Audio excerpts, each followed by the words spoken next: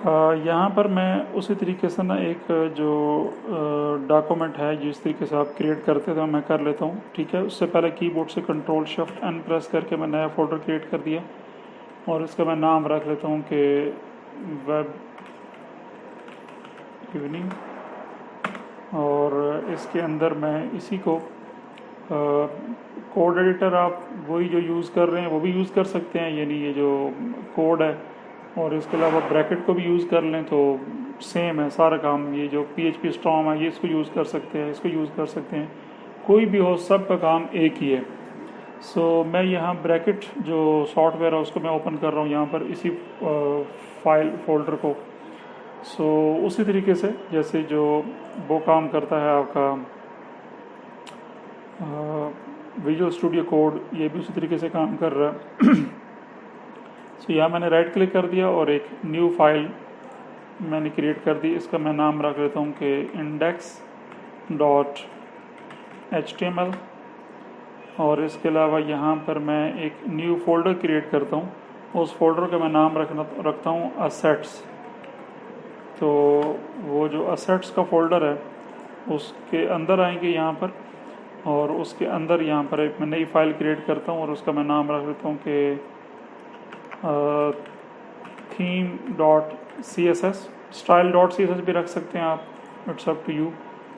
और इसके अलावा आपने एक और काम करना होता है कि आपने इसी के अंदर जो कुछ फोल्डर्स आपने क्रिएट कर लेना है। लेट सपोज एक इमेजेस का फोल्डर है, वो भी आपने यहाँ पे क्रिएट कर लेना है, और बाकी चीज़ें जो है वो सही रहेंगी।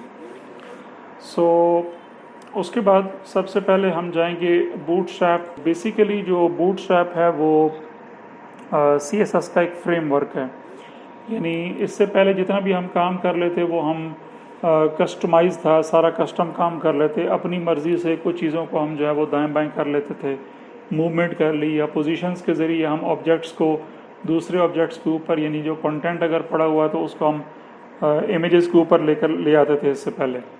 सो अभी जो चीज़ें होंगी वो सारी की सारी जो है वो ऑर्गेनाइज्ड होंगी, और वो बूटस्ट्रैप का जो फ्रेमवर्क है उसकी छतरी के नीचे होगा सारे का सारा काम।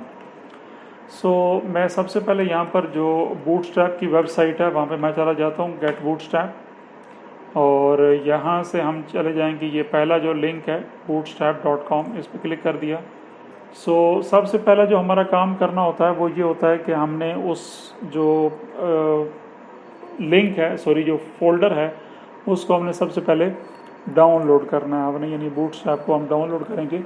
तो यहाँ पर अगर आप देखें तो लिखा है कंपाइल्ड CSS एंड जावास्क्रिप्ट, यानी जो CSS हम खुद लिखते हैं वो, और जावास्क्रिप्ट, बहुत सारी स्टाइलिंग और बहुत सारी जो जावास्क्रिप्ट है वो बूटस्ट्रैप ने बहुत सारे एलिमेंट्स को पहले से ही दे के रखी हुई है, यानी हमें वो बार बार लिखने की ज़रूरत नहीं है, बार बार देने की ज़रूरत नहीं है। हमने सिर्फ ये काम करना है कि उसको डाउनलोड कर देना है और हम लिंक कर देंगे, और वो चीज़ें जो है वो अकॉर्डिंगली एग्जीक्यूट हो जाएंगी यहाँ पर। तो मैंने इसको यहाँ पर डाउनलोड कर दिया। सो इसको ये स्टार्ट डाउनलोड हो गया, और ओपन फोल्डर में जाकर इसको मैं, ये कंप्रेस्ड फोल्डर है, और यहाँ पर ये बूटस्ट्रैप ये जो है इसको मैं यहीं पर ही राइट क्लिक कर देंगे, और राइट क्लिक करके इसको एक्सट्रैक्ट मैं कर लेता हूँ। और इसके एक्सट्रैक्शन के बाद यहाँ पर हमारे पास इसके अंदर आएंगे तो CSS और JS ये दो चीज़ें हमारे पास पड़ी हैं। तो जब अब वो एक्सट्रैक्ट हो जाएगा तो आपने करना ये है कि इन्हीं दो फोल्डर्स को आपने करना है कॉपी, कंट्रोल-C फॉर कॉपी, और कॉपी कर लेने के बाद आप अपने उस फोल्डर के अंदर आएंगे जहाँ पर आप काम कर रहे हैं, ये वेब इवनिंग, और वेब इवनिंग के अंदर असेट्स, और असेट्स के अंदर कीबोर्ड से कंट्रोल-V प्रेस कर देंगे आप फॉर पेस्ट, यानी जो CSS और जावास्क्रिप्ट जो कंपाइल्ड दोनों फाइल्स थी वो फोल्डर की शक्ल में वो यहाँ पर शो हो गई हैं। CSS के फोल्डर में जब आप यहाँ पर जाएंगे ना तो यहाँ पर बहुत सारी फाइलें पड़ी हुई हैं, आपने सारी फाइलें डिलीट कर देनी है सिवाय इस एक फाइल के जिसके ऊपर ये लिखा होता है कि bootstrap.min। तो कंट्रोल-A प्रेस कर दिया फॉर सेलेक्ट ऑल, और कंट्रोल का बटन प्रेस करके आप इसके ऊपर क्लिक कर देंगे तो बाकी सारे सेलेक्ट हो जाएंगे, ये वाला एक अनसेलेक्ट हो जाएगा, और बाकी सारे जो हैं वो यहाँ से डिलीट कर देंगे आप। bootstrap.min यहाँ लिखा रहेगा। सिमिलरली आप जावास्क्रिप्ट की फाइल में भी जाएंगे यहाँ पर भी आपने सब कुछ डिलीट कर देना। ये एक लिखा हुआ bootstrap.min, तो इसको भी कंट्रोल ए प्रेस करके सिलेक्ट कर दिया आपने, और कंट्रोल का बटन प्रेस करके दोबारा आप इस पर क्लिक करेंगे तो ये सिलेक्ट, बाकी सारे सिलेक्टेड, और शिफ्ट के साथ डिलीट। तो ये चीज़ जो है वो मौजूद होगी यहाँ पर। और इसके अलावा आपने ये काम करना है कि ये जो आपने अपनी CSS बनाई है, ये जो CSS लिखी हुई है ये बूटस्ट्रैप की CSS है। ये मैं थोड़ी देर के बाद जब मैं उसको फाइल में क्रिएट करता हूँ तो वहाँ पर आपको आइडिया भी हो जाएगा कि बहुत सारी चीज़ों की जो स्टाइलिंग है वो बूटस्ट्रैप ने पहले से करके रखी हुई है। हमें उसके अंदर बिल्कुल इन्वॉल्व होने की ज़रूरत नहीं है, और वो पहले से बहुत सारा काम जो है वो हुआ पड़ा है। सो हमें यहाँ पर करना ये है कि ये जो theme.css है, जो मेरी अपनी स्टाइलिंग है, इसको Ctrl+X पर कट, और इस CSS के अंदर जाकर मैं इसको पेस्ट कर दूँगा यहाँ पर।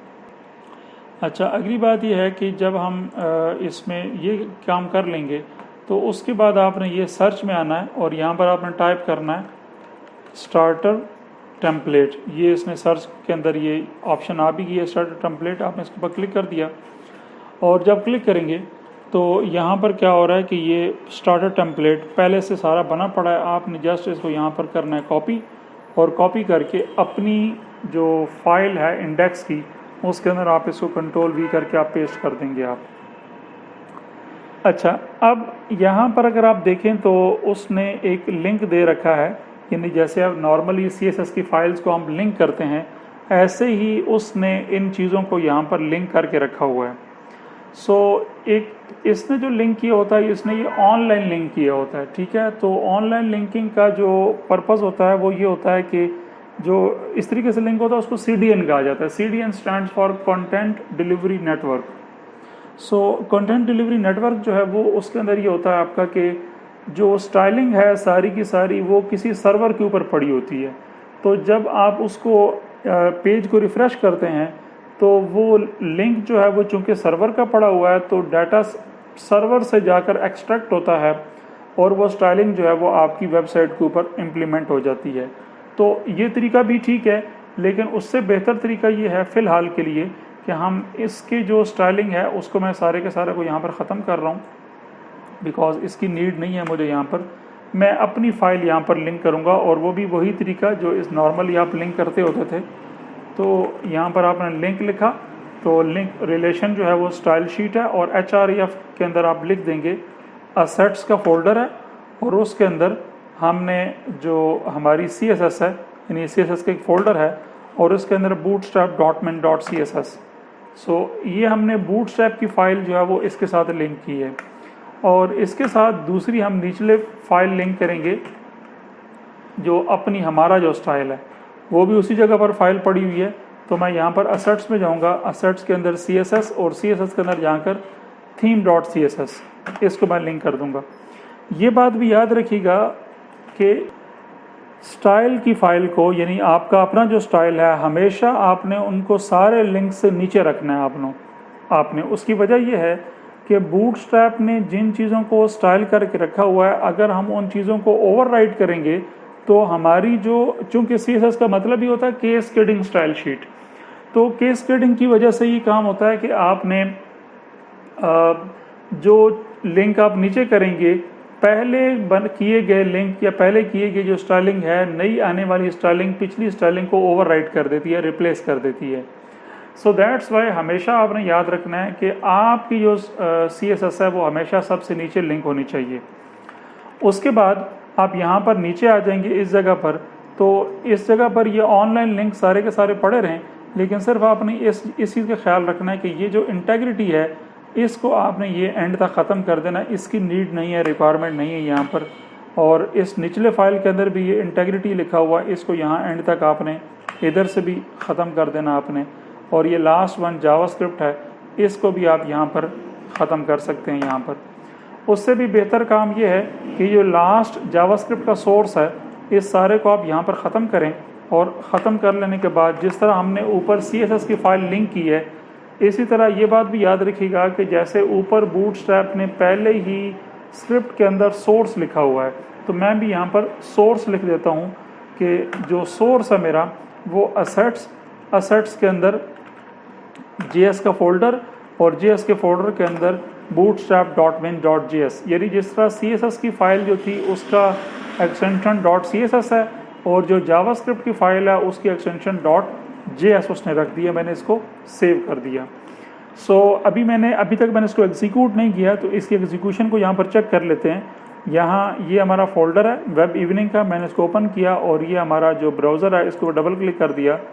तो पहला जो वो काम हेलो वर्ल्ड के नाम से, क्योंकि ये पहले से ही उसने यहाँ पर लिख के रखा हुआ है, आप यहाँ पर इसको चेक कर सकते हैं कि बूटस्ट्रैप ने बाय डिफ़ॉल्ट एक हेलो वर्ल्ड के नाम से एक हेडिंग यहाँ पर दी हुई है, वही हेडिंग जो है वो हमें यहाँ पर शो हो रही है। ये उसकी बहुत सारी जो स्टाइलिंग है, जो फॉन्ट स्टाइल है, वो भी पहले से दिया हुआ है, हमें उनको बार बार देने की ज़रूरत नहीं है।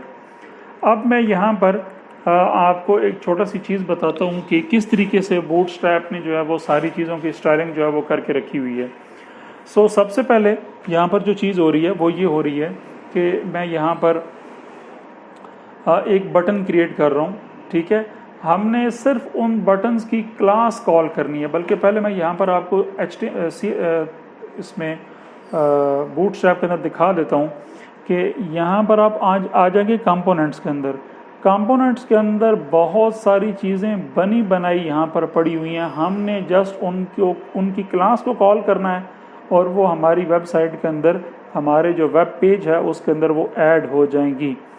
फॉर एग्ज़ाम्पल यहाँ पर बटन्स हैं, तो जब मैं बटन्स पर क्लिक करता हूँ तो बटन से मुतल्लिक बहुत सारी जो चीज़ें हैं वो यहाँ पर पड़ी हुई हैं। मिसाल के तौर पर अगर आपको इस तरह का बटन चाहिए तो आप यहाँ पर इस सारे को आप कॉल करेंगे या कॉपी कर लें, आप Ctrl+C से कॉपी और अपनी इस वेबसाइट के अंदर Ctrl+V से पेस्ट कर दें आप।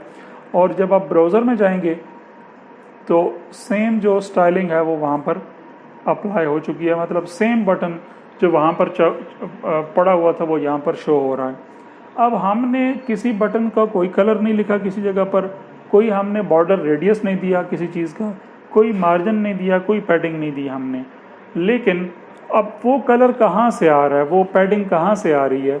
तो बेसिकली वो जो पैडिंग है, वो जो कलर है और वो जो बॉर्डर का रेडियस है और या जितनी भी स्टाइलिंग है, वो पहले से बूटस्ट्रैप ने अपनी इस फाइल के अंदर लिख के रखी हुई है।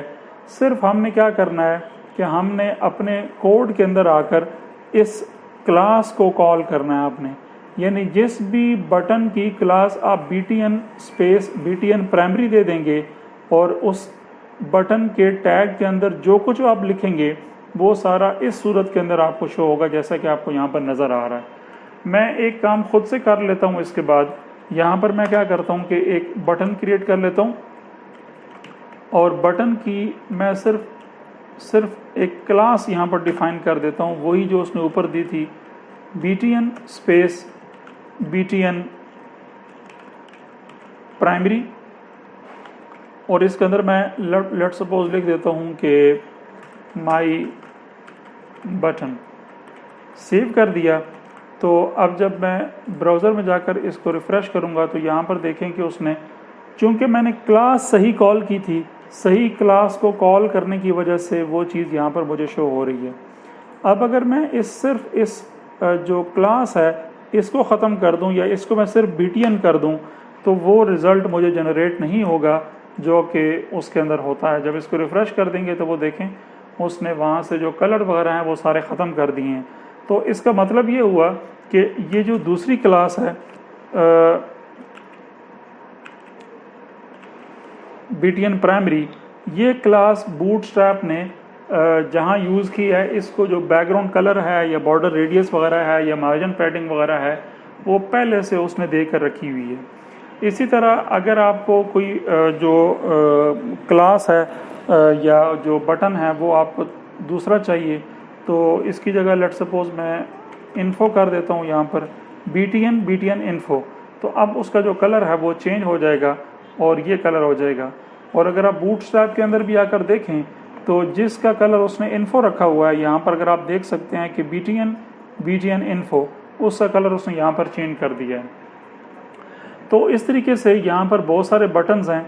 यहाँ पर देखें सब का नाम उसने प्राइमरी रखा, जब उसने प्राइमरी रखा तो सब का कलर सेम हो गया, सिर्फ उसने उसकी जो वैल्यू थी वो यहाँ पर, इवन अगर इनपुट भी यूज़ करेंगे जो कि आपने इससे पहले फॉर्म के अंदर यूज़ की हुई है, अगर आप बटन यूज़ ना करें, सिर्फ अगर आप इनपुट यूज़ करें और आप उसकी क्लास BTN प्राइमरी रख दें, तब भी यही वाला काम हो जाएगा। या इवन इसके अंदर मैं आखिरी चीज़ आपको बताता चलूँ, अगर आप एंकर टैग रखें और एंकर टैग के अंदर यहाँ पर मैं उसकी क्लास भी दे देता हूँ कि BTN स्पेस BTN प्राइमरी, और इसके अंदर मैं लेट सपोज लिख देता हूँ कि कॉन्टैक्ट अस। तो ये जो बटन होगा इसका भी जो कि मैंने क्लास वही कॉल की है, तो इसकी भी जो क्लास सेम होने की वजह से, चाहे आप उसको बटन के टैग के अंदर रखें, चाहे आप उसको इनपुट के टैग के अंदर रखें, या आप उसको एंकर टैग के अंदर रखें, कोई भी काम करें, लेकिन अगर आपने उसको क्लास ये बूटस्ट्रैप वाली दे दी है BTN प्राइमरी या दीगर जो बटन यहाँ पर यूज़ हो रहे हैं, इन सारों में से कोई भी बटन, किसी भी कलर का आपको बटन चाहिए, वो क्लास दे देंगे और वो चीज़ वहाँ पर एग्जीक्यूट हो जाएगी।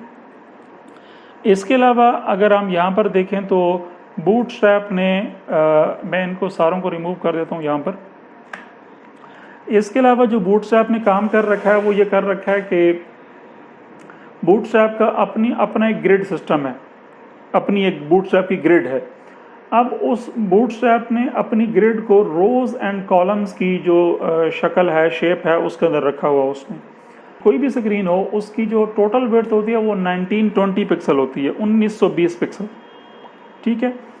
तो वो जो पूरी विड्थ है 1920 पिक्सल, जो पूरी विड्थ है, उस पूरी विड्थ को बूटस्ट्रैप ने 12 कॉलम्स के अंदर डिवाइड कर रखा है। यानी अगर आप कोई भी सेक्शन लें, आप उसकी जो विड्थ है आप जो भी डिफाइन कर दें, बूटस्ट्रैप उसको 12 कॉलम्स के अंदर डिवाइड करेगा। और कैसे डिवाइड करेगा, उन सारी चीज़ों को मुझे रो एंड कॉलम की शक्ल में लिखना होगा। अब देखिएगा, इस सबसे पहले जो मुझे यूज़ करनी है वो करनी है रो। तो रो के लिए मैं सिंपल क्लास दे दूंगा इसको रो। तो रो एक क्लास है जो कि डिव क्रिएट होगी यहाँ पर, और मैं उसके अंदर कॉलम लिखूंगा। टोटल जो है वो कॉलम, नंबर ऑफ कॉलम होते हैं 12।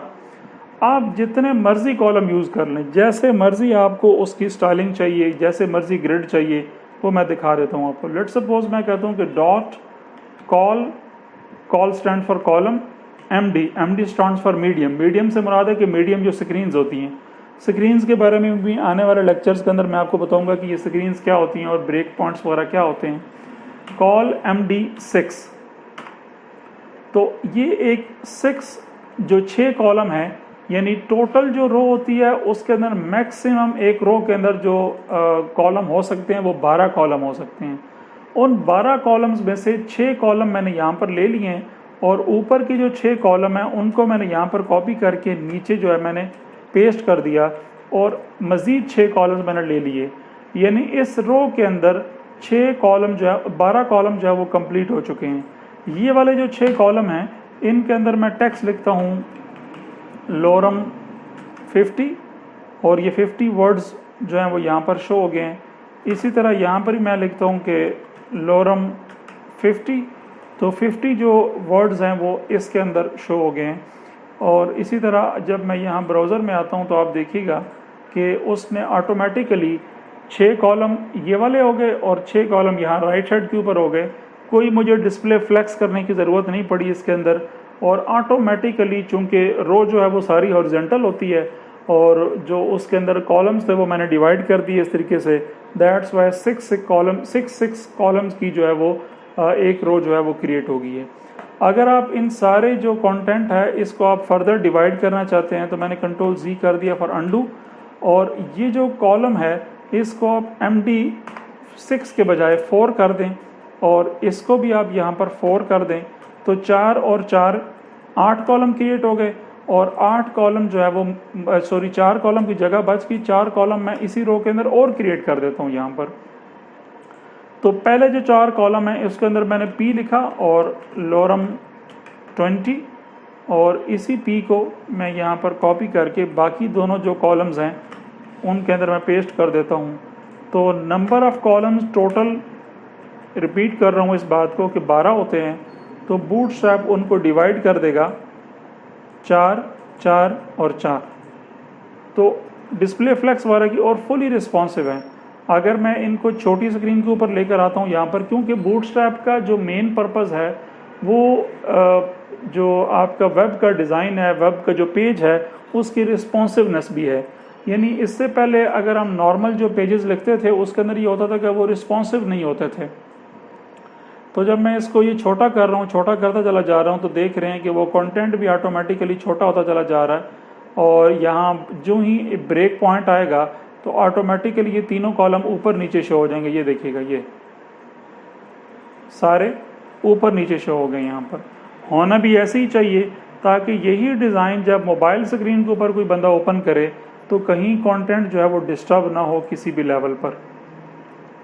इसी तरह अगर वही तरीका करें और आप इनको, मैं कॉलम को ये 3 कर देता हूँ और इनको भी 3 कर दिया, 3 और 3 6 हो गए, और यहाँ पर फिर मैंने 3 कॉलम ऐड कर दिए तो 3 हो गए, 9 हो गए।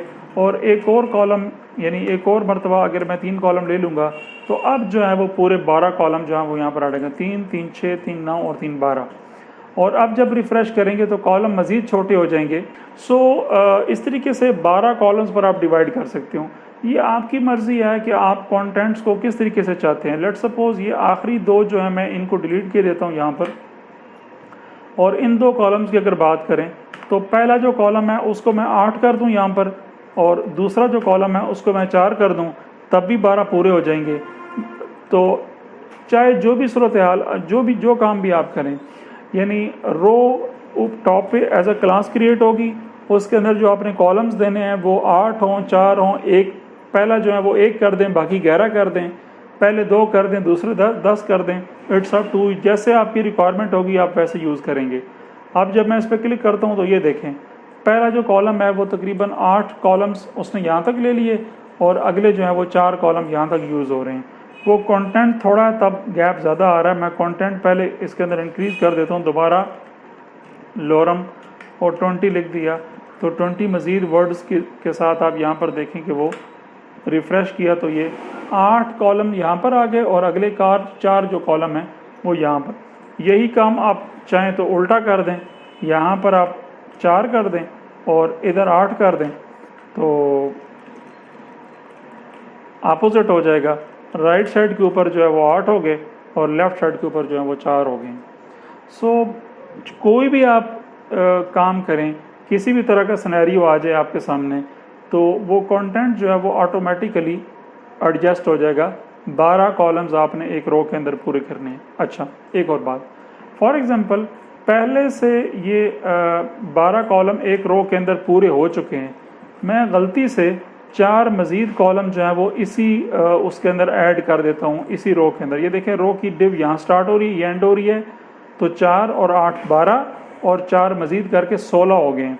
तो अब देखते हैं जब रिफ़्रेश करेंगे तो क्या होगा कि बाकी जितना जो 4 कॉलम्स हैं वो इस कॉलम के नीचे आ जाएंगे, यानी अगली रो के अंदर आ जाएंगे ऑटोमेटिकली। क्योंकि ये बात याद रखिएगा कि बूटस्ट्रैप जो 4 है, जो इस वक्त हम यहाँ पर यूज़ कर रहे हैं, बूटस्ट्रैप 4 है, 4.5, ये बूटस्ट्रैप फ्लेक्स बेस्ड है, यानी इसके अंदर जो रोज़ हैं वो सारी की सारी फ्लेक्स बेस्ड हैं। और फ्लेक्स के अंदर भी यही होता है कि जब आप विड्थ ख़त्म हो जाती है तो नया आने वाला कंटेंट अगर फ्लेक्स रैप कर दें तो वो नेक्स्ट रो के अंदर आ जाएगा। तो यहाँ पर भी जितनी भी जो बूटस्ट्रैप की रोज़ हैं वो फ्लेक्स उनके ऊपर अप्लाई हुआ है, फ्लेक्स बेस्ड हैं सारी की सारी। और अगर आप 12 कॉलम कंप्लीट हो जाएंगे, ऊपर एक भी कॉलम अगर एक्स्ट्रा हो जाएगा तो वो कंटेंट अगली डिव के अंदर आ जाएगा। मिसाल के तौर पर आखिरी चीज़ इसके अंदर एक और देख लेते हैं कि फॉर एग्ज़ाम्पल मैं यहाँ पर ये कॉलम 4 डिलीट कर देता हूँ, तो अब जाहिर सी बात है कि कॉलम टोटल 12 हो गए और वो डाटा मुझे यहाँ पर सही शो हो रहा है। लेकिन इस 8 को मैं 8 की बजाय 9 कर देता हूँ तो एक कॉलम जो है वो यहाँ पर ऐड हो गया। तो अब मैंने आपको ये बताया कि रो के अंदर नंबर ऑफ़ कॉलम्स एक रो के अंदर टोटल 12 होते हैं, जो कि बूटस्ट्रैप की ग्रिड के मुताबिक पहले से सेट करता है। तो अब तो ये टोटल 13 हो गए हैं। तो अब देखते हैं जब इसको रिफ़्रेश करेंगे तो इस कॉलम को चूँकि आगे जगह नहीं मिली, बिकॉज जगह 8 की थी और मैंने 9 कॉलम डाल दिए वहाँ पर, तो अब क्या होगा कि वो सारे का सारा जो कंटेंट है, सारे का सारा जो डाटा है वो नई रो के अंदर शिफ्ट हो जाएगा। तो इस बात का आपने ख्याल रखना है ये बनाते हुए कि जो नंबर ऑफ़ कॉलम्स हैं वो एक रो के अंदर अगर आप उनको एक ही रो तक महदूद रखना चाहते हैं तो वो 12 पर डिवाइड कर लेना है आपने। रिपीट कर रहा हूँ इस बात को कि इट्स अप टू यू कि आप उन सारे कॉलम्स को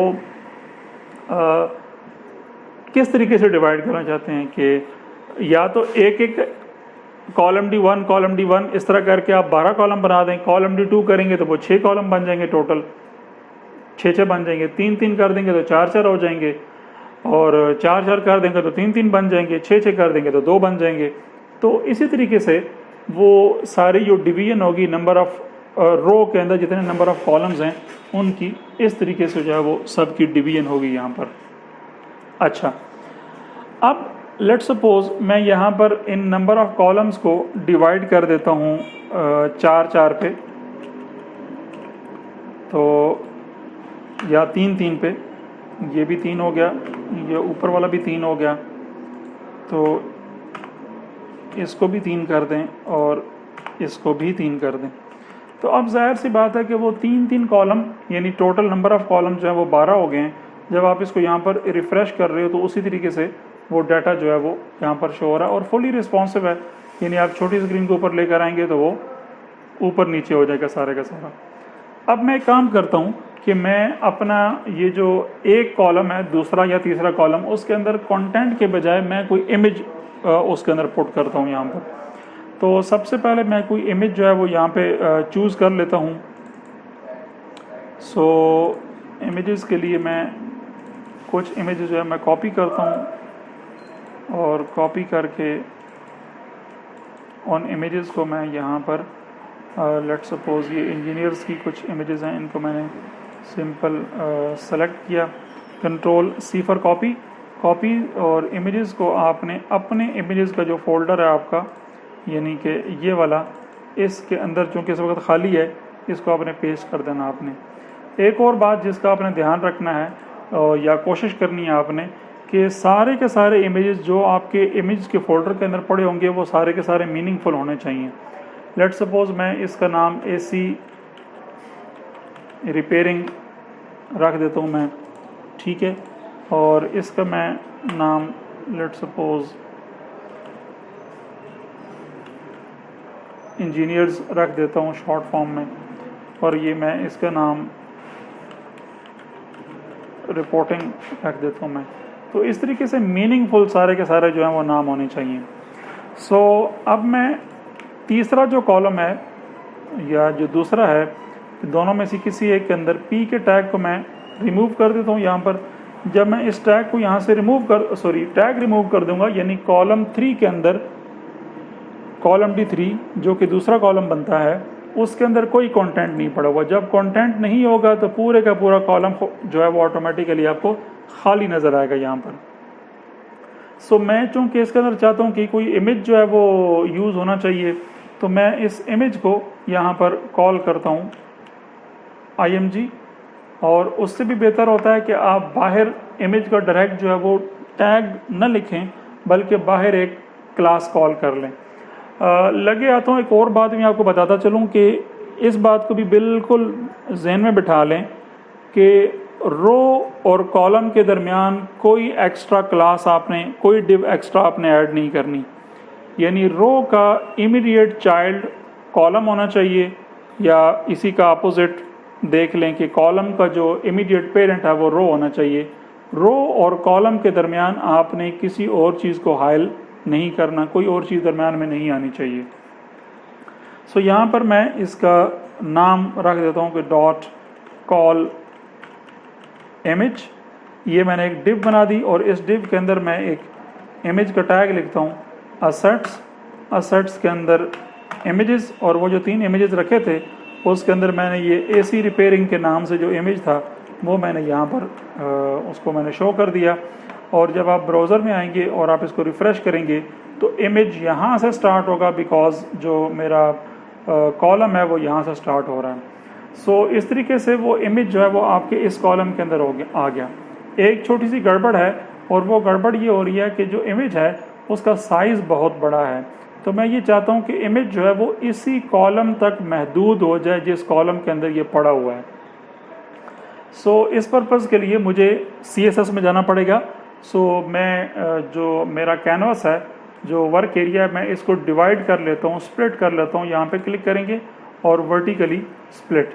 तो ये लेफ़्ट साइड के ऊपर आपकी जो HTML की फाइल है, राइट साइड के एरिया को आप एक्टिव करेंगे और यहाँ पर आप इस CSS में जाएंगे और theme.css जो कि आपकी अपनी CSS है उसको आप यहाँ पर लिखेंगे। और इसके अंदर यहाँ पर मैं कॉल इमेज, इसको मैं कॉल करूँगा यहाँ पर डॉट कॉल इमेज, और इसके अंदर आकर इसके अंदर चूँकि एक इमेज पड़ा हुआ है मैं उसको दोबारा कॉल करूँगा यहाँ पर इस तरीके से call image. Call all image के अंदर एक img का टैग है जिसकी विड्थ मैं डिफाइन कर देता हूँ यहाँ पर 100%, यानी जो इस कॉल इमेज के अंदर जो इमेज पड़ा हुआ है उसकी विड्थ 100% होनी चाहिए। जब आप इसको रिफ़्रेश करेंगे यहाँ पर तो ये आपने देखा कि वो जो इमेज है वो इस कॉलम तक महदूद हो गया। अब इसकी विड्थ यहाँ पर किसने डिफ़ाइन किया कि 100% से ये मुराद है, तो ये बात याद रखिएगा, 100% से मुराद ये होती है कि उसका जो कंटेनर है, यानी जो बूटस्ट्रैप का कंटेनर है, इस वक्त कंटेनर ये कॉलम है, यानी 3 कॉलम हैं, तो इन 3 कॉलम की जितनी विड्थ है जो भी बूटस्ट्रैप ने उसकी डिफ़ाइन करके रखी हुई है इस वक्त, जब आप इसकी इमेज की विड्थ 100% कर देंगे तो चूंकि ये इमेज पड़ा हुआ है इस कॉल MD3 के अंदर, तो कॉल MD3 की जो भी विड्थ बनती है उस विड्थ का 100% ये इमेज ऑक्युपाई कर लेगा। उस कंडीशन में जब हम इसकी विड्थ 100% दे देंगे, अगर मैं इसकी विड्थ 100% की बजाय 50% दे देता हूँ यहाँ पर, तो इस कॉलम की जितनी विड्थ बूटस्ट्रैप ने डिफ़ाइन करके रखी हुई है ये उसका 50% ऑक्युपाई कर लेगा। जब मैं यहाँ पे रिफ़्रेश करूँगा तो ये इमेज हाफ तक यहाँ पे शो हो जाएगा इस तरीके से। यानी उस कंटेनर के अंदर, इस कंटेनर क्या है, वो चीज़ जिसने डाटा को, कंटेंट को होल्ड करके रखा हुआ है अपने अंदर कंटेन करके रखा हुआ है उसने, वो कंटेनर कहलाता है। तो इस वक्त कंटेनर जो है वो इस जो एलिमेंट है या ये जो इमेज है इसका कंटेनर वो कॉल MD3 है। तो उसके अंदर पड़ा हुआ जो भी चीज़ें पड़ी हैं वो सारी की सारी इसके अंदर शो हो रही हैं और इसका जो साइज़ है वो इतना हो रहा है। जो भी जितना भी आप साइज़ चाहें 100% कर देंगे तो वो 100%, इसी तरह अगर आप 80% कर देंगे तो पूरी जो कॉलम है, कॉल MD3 है, उसका 80% ये इमेज जो है वो अक्वायर कर लेगा इस तरीके से। और यहाँ पर अगर मैं नॉर्मली 100 ही होता है तो मैंने इसको 100 कर दिया, और जब आप इसको रिफ़्रेश करेंगे यहाँ पर तो वो 100% जो है वो उसकी विड्थ यहाँ पर हो गई है। अच्छा, अब देखिएगा वही काम जो मैंने थोड़ी देर पहले आपको बताया था कि जब आप इसको रिफ़्रेश करेंगे यहाँ पर, जब आप इसको छोटी स्क्रीन के ऊपर लेकर आएंगे तो ये देखिएगा, जब मैं इसको छोटा कर रहा हूँ सारों को, तो इमेज भी विड्थ 100% होने की वजह से ऑटोमेटिकली छोटा होता चला जा रहा है, और जो ही वो उस ब्रेक पॉइंट के ऊपर पहुँचेगा तो आप देखिएगा ये फुल विड्थ के ऊपर आ जाएगा। ये तो एक पैराग्राफ ऊपर है और 2 ये वाले पैराग्राफ जो हैं वो ऊपर नीचे हैं, क्योंकि टॉप के कॉलम के अंदर हमने कॉल MD3 और नीचे कॉल MD3 के अंदर आपका इमेज पड़ा हुआ है, तीसरे के अंदर आपका ये कंटेंट और चौथे के अंदर ये कंटेंट आपको पड़ा हुआ है। अब इसी तरह अगर जो चौथा मेरा कॉलम है ये वाला, इसके अंदर भी P के टैग के बजाय अगर मैं यहाँ पर कोई दे देता हूँ इमेज, तो वो चीज़ें जिन चीज़ों को आपने जेनेरिक रखना होता है, सेम रखना होता है पूरी वेबसाइट के अंदर, कोशिश करें कि उनकी क्लास भी आप सेम ही रखें। तो मैं यहाँ पर सेम इमेज को यहाँ पर पेस्ट कर देता हूँ, सिर्फ इमेज चेंज कर देता हूँ, बाकी सारी की सारी डिव्स जो हैं वो सेम रहेंगी यहाँ पर। तो इमेजेस और इमेजेस के अंदर ये रिपोर्टिंग, Ctrl+S पर सेव।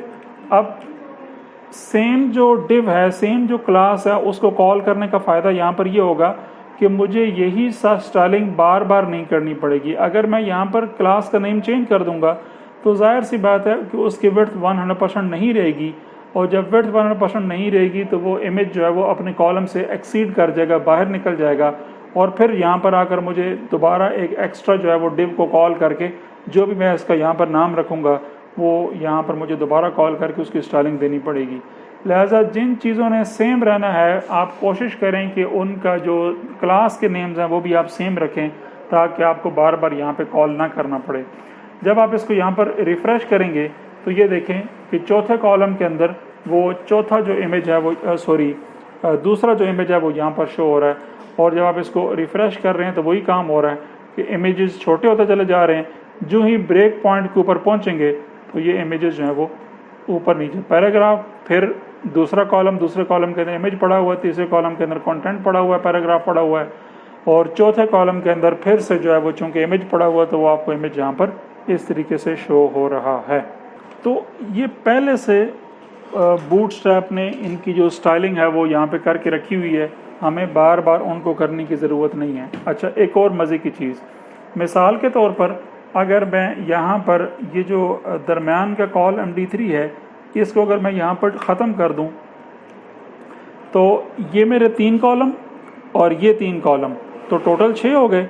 तीसरा जो कॉलम है उनको मिलाकर अभी 9 बन रहे हैं, तो इस कॉलम को मैं 6 कर देता हूँ, तो ये 6 कॉलम हो जाएंगे।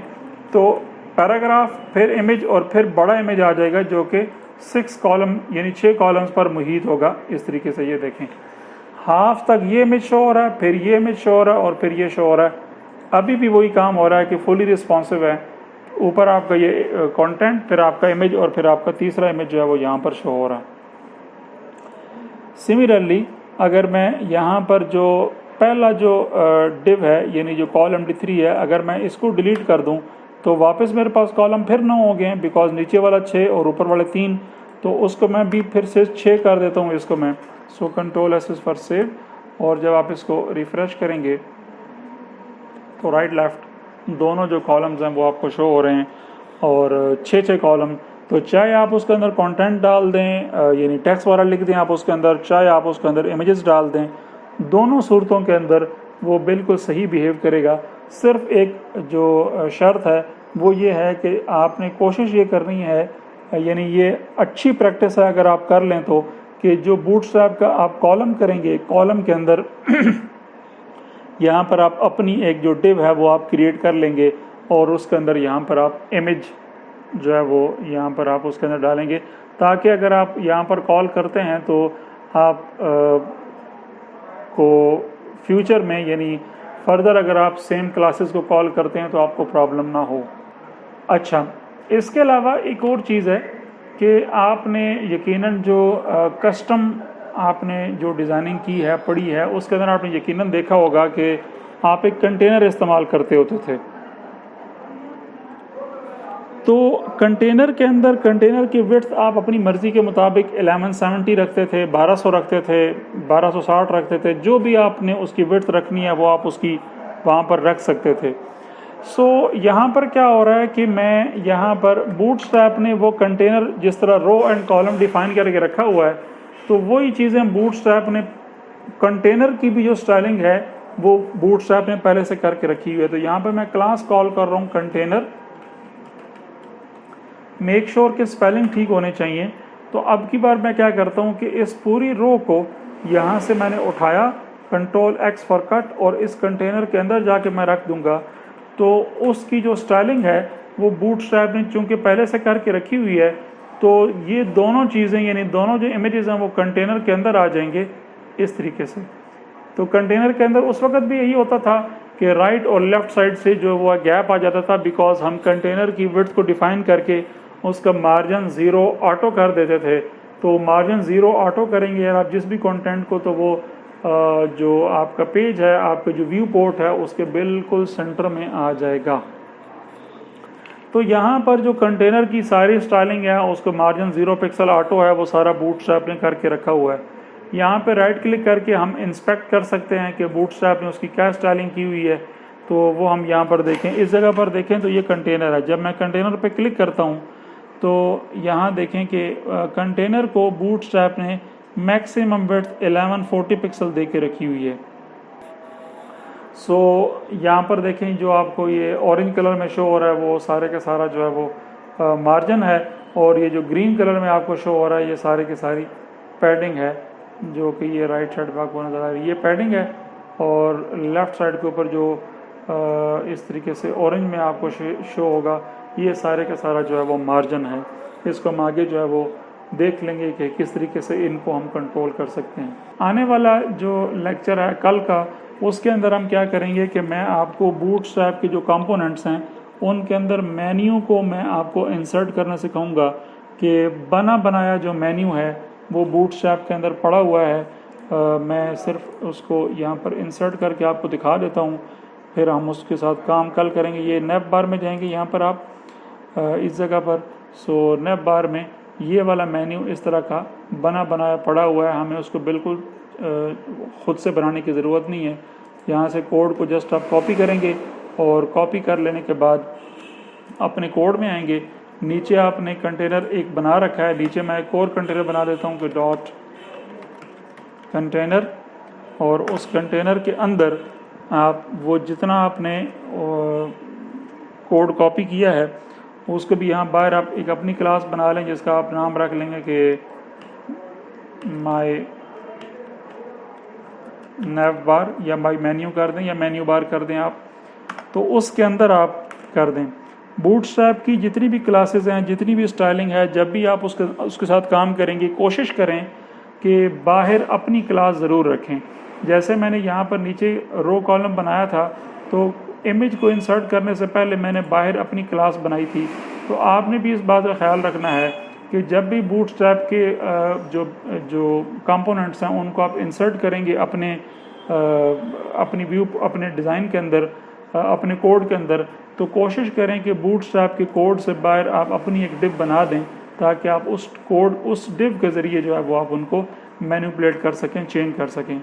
अब चूँकि मैंने इस मेन्यू बार को कंटेनर के अंदर रखा था और इस जो दो इमेजेस मैंने इंसर्ट किए थे उसके ऊपर रखा था, तो मेरे डिज़ाइन के अंदर भी अगर आप देखें तो यहाँ पर भी वो मेन्यू बार ऊपर शो हो जाएगा इस तरीके से, और सारे का सारा जो है वो चूँकि मैंने कंटेनर के अंदर रखा था दैट्स वाई वो भी कंटेनर के अंदर शो हो रहा है सारे का सारा। फॉर एग्जांपल अगर मैं यहाँ से कंटेनर को रिमूव कर देता हूँ, इसकी मैं ज़रा पहले एंड डिव को देख लूँ कि इसकी जो डिव कहाँ पर एंड हो रही है, तो उसकी डिव यहाँ पर एंड हो रही है, और इस कंटेनर को मैं यहाँ से रिमूव कर दिया, सेव कर दिया। अब चूँकि मेन्यू बार सारे का सारा कंटेनर के अंदर नहीं रहा तो ये फुल विड्थ के ऊपर आ जाएगा इस तरीके से, ये देखें। तो जिस चीज़ को आपने सेंटर में लाना होगा उस चीज़ को आप कंटेनर के अंदर रख देंगे, और जिस चीज़ को आपने सेंटर में नहीं रखना उसको कंटेनर से बाहर रख दें आप, यानी उसके बाहर आप कंटेनर के डिव नहीं बनाएंगे तो वो फुल विड्थ के ऊपर आ जाएगा जैसे कि यहाँ पर आपको शो हो रहा है।